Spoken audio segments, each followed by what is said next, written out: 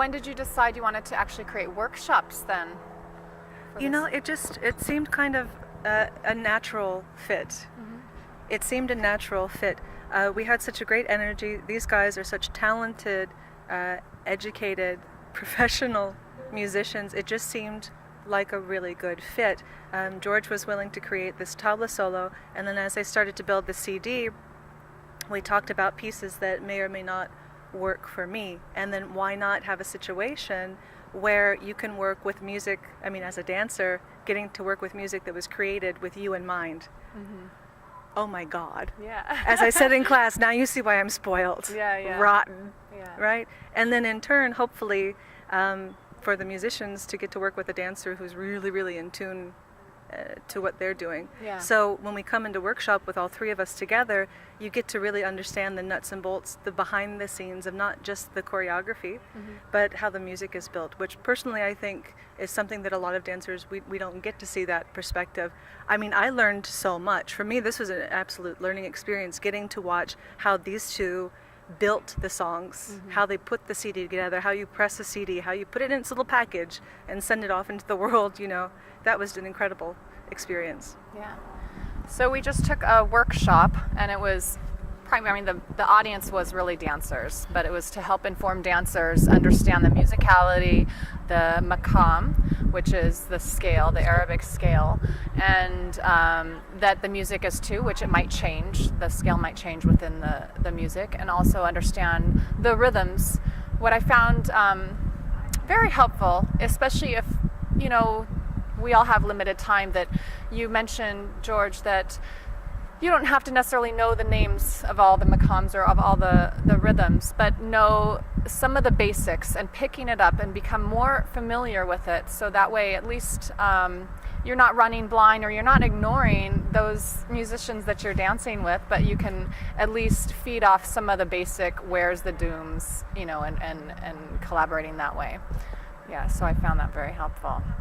What does musicality mean to you, and what do you hope that dancers get from your workshop?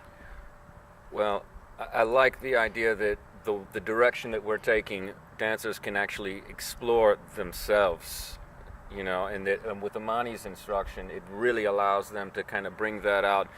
And with our element with the music, we're not just teaching you song parts and choreographies and things like that, even though that is definitely a big part of it, but we're also getting inside of the music, how the melodies and rhythms work together, and how the dancer interprets that, so that a dancer can take these concepts and these tools and explore what her possibilities are, and and what she actually could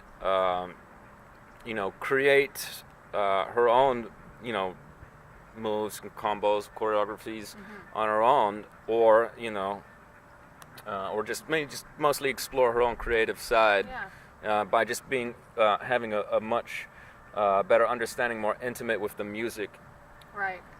And I think you absolutely fostered that, not only with giving us the time to play on our own, but not saying it has to be this right foot then the left foot, but still getting the essence of what you're teaching with the basics of the rhythm that's behind it, and then being able to create that. Absolutely, I think that goal was really achieved.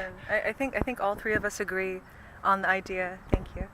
I'll hold it for you. I'm a gentleman. Oh, thank you. I think all three of us agree, though, what is lacking, at least in the teaching of music and dance, is the application. Lots of us know the material, lots of us heard about Saidi, lots of us heard about this rhythm, lots of us heard about where this dance comes from, and blah, blah, blah, blah, blah, and sort of the theory and the information, but then to actually apply it, this is what's getting lost, I think. So I think this is what we're really striving for, is that application. The three of us have studied different types of music. And for me, knowing Egyptian music and then studying jazz or Western music, the three of us have the organization skills, so to speak, of the Western world, and combining that with the magical, so to speak, or subjective side of Eastern vibe, if you would. allows us to teach it in a way where it's not so structured. You're actually learning to feel things, and then you see the steps, and they'll make sense. So if you feel it, you can apply that feeling everywhere else. And all of us could get very technical if we needed to, but we don't. We just need to. We teach as much as the person in front of us, how much they know or how much they want more, and we try to focus on that. If we try to teach Arabic music, it'll take years. But yeah, so we kind of try to summarize it in that sense, to bring in the East and the West sort of styles in a way that a person could understand it easier. Yeah, I think I could pick up on that as well, because in your there was that freedom. It wasn't so much too dictated, but it was methodical as well. So it had kind of that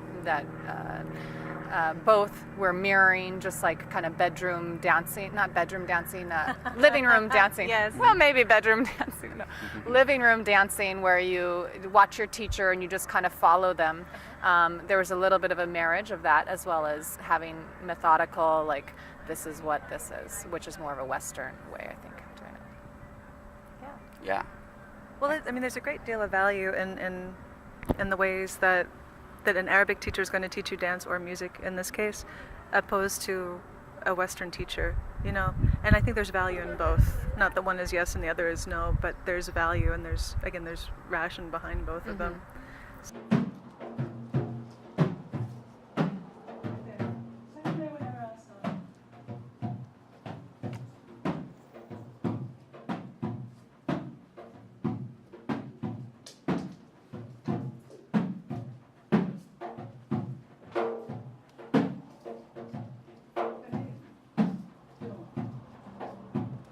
So it's my feet first.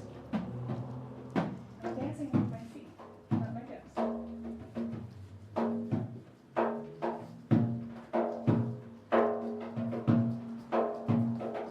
Right? Perfectly timed. That's why he's awesome. Well, if you guys notice, she wasn't really, tapping to every beat that I was playing, right? But she's feeling it. So sometimes, by not saying a word, you're accentuating that word. So long as we know these beats that we are all like walking around with, so we can either play them or not play them, but they're always there. So you always deliver them. Does that make sense? She was lifting on some beats and stepping on others. But if you watched her feet and watched or listened to me, they're very much together. It's like They're like swimming around each other. How's that? like the old saying, music is the spaces in between the notes. Absolutely. But this is a place where you express yourself as an artist and your level of skill.